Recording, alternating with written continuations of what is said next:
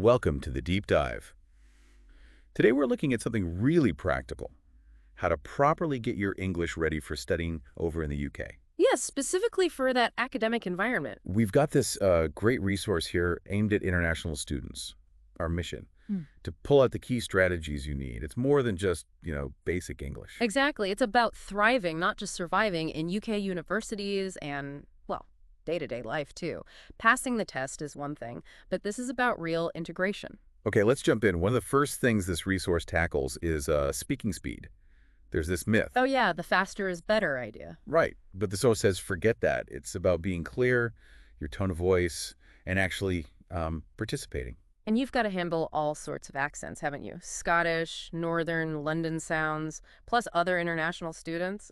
It's a real mix. So how do you prepare for that? The source has some specific tips. It does. It suggests really training your ear. So listening to things like BBC podcasts regularly. Okay, real-world content. Yeah, and British vlogs, maybe even watching Netflix, but making sure you've got the UK English subtitles on. It's about actively getting used to how people actually speak there. Makes sense. And it's not just listening, is it? There's the academic language itself. Definitely. You hear certain phrases again and again in lectures, essays. Like what? Give us some examples. Things like, I would argue that, or maybe from a theoretical perspective, or the evidence suggests, those kinds of things. Right, the building blocks of academic discussion. Yeah. How do you learn those effectively? Well, the suggestion is to actively look for them. Read university blogs, check out sample essays if you can find them. Good. Even watching student Q&A sessions on YouTube can be useful, just to see how students and staff actually talk. That leads nicely into classroom culture, which can be, well, different. It often is, yeah. The source highlights that in the UK, there's often a real expectation to question ideas, not just memorize stuff. Critical thinking, basically. Exactly. You need to be able to engage, to argue your point in English. So how do you practice that before you even get there? The resource suggests a neat little exercise. Pick a topic, something thought-provoking maybe, like migration or tech in education. Write a short paragraph with your view, and then this is the key bit, record yourself explaining it out loud. It helps build that fluency in expressing academic ideas. I like that.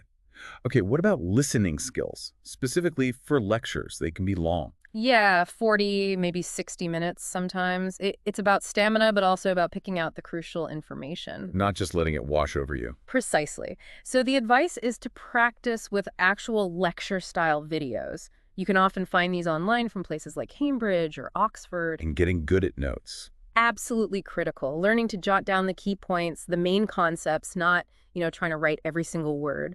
Let's talk speaking confidence. Yeah. Big worry for many students, right? The accent thing. Huge worry. But the source really emphasizes clarity and confidence trump a perfect accent any day. People need to understand you. That's the main thing. So practical ways to build that confidence. Language exchange apps are great. Tandem gets a mention. Practicing with real people. Lower stakes practice. Yeah, or even AI tools now. There are AI characters you can just talk to in English. And simulating tasks helps too. Like what? Like, practice introducing yourself clearly. Maybe preparing a tiny 1-minute presentation on something simple. Even debating a point with a friend. Good ideas. Yeah. The resource also mentions vocabulary, but specific vocabulary. Yes, specific to your field of study. If you're doing psychology or business or law, start learning the key terms before you go. Gives you a head start in lectures and readings. Exactly. You'll understand more from day one, and you'll be able to express your own ideas more precisely. Another really practical point they make is about writing emails. Sounds basic, but... It's so important. Communicating with professors, university staff, maybe your landlord. The tone needs to be right. Polite, generally quite formal. So knowing phrases like, "Dear Professor Smith, I hope you're well." Or, "I'm writing to ask about." Those kinds of standard, respectful openings and phrases. It just makes everything smoother. Okay, so wrapping all this up, the core message seems to be about preparation, doesn't it? Consistent effort. Absolutely. It's about making English part of your daily life now. Watching, reading, writing, speaking. Think of it less like cramming for a test. And more like preparing for a whole new chapter. Exactly. You're building the foundation for your entire experience there. That consistent effort is what unlocks it. So for you listening, it's clear that getting ready for UK study involves more than just ticking an English test box. It's really about setting yourself up to integrate and learn effectively. Maybe a final thought to leave you with. What actually feels like your biggest hurdle right now when you imagine studying in the UK? Is it the English itself, understanding the culture, or maybe something totally different? Yeah, pinpointing that main concern can really help you focus your preparation. Because that focused, consistent practice, Yeah. that's really the key to making this exciting next step work for you.